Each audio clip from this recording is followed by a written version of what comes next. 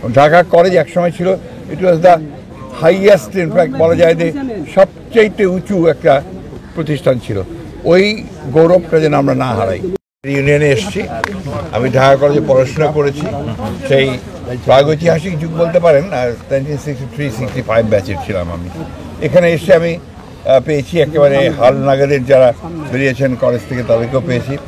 আমরা বললাম যে প্রাগৈতিহাসিক যুগের ছাত্র আমরা। তো তখনকার সময় এখনকার সময় অনেক পার্থক্য, সেঞ্চুরির পার্থক্য প্রায়, কিন্তু আধা সেঞ্চুরি তো বটেই।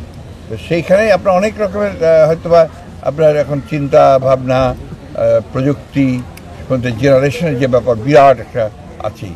তো আমি খুব গর্বিত বোধ করি যে আমি ঢাকা কলেজের ছাত্র, এবং আমাদের এই কলেজে আমি যা শিখেছি, আমি যা দেখেছি, ছাত্র রাজনীতিরও একটা আপনার বিটের এক্সপিরিয়েন্সেস আমাদের আছে সেই সময়কার, সব মিলিয়ে কিন্তু ঢাকা কলেজের লাইফ জীবনটা আমার জন্য অত্যন্ত আনন্দময় ছিল, এবং আমার একটা চমৎকার একটা শুরু হয়েছিল আমার ভবিষ্যৎ জীবনের। Thank you.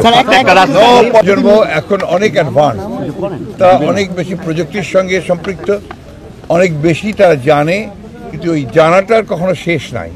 এবং যে কথা বলতে যাচ্ছি যে সবচেয়ে বেশি তাদের লেখাপড়াটার উপরেই সবচেয়ে বেশি গুরুত্ব দিতে হবে।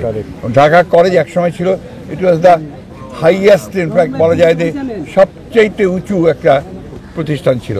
ওই গৌরবটা যেন আমরা না হারাই।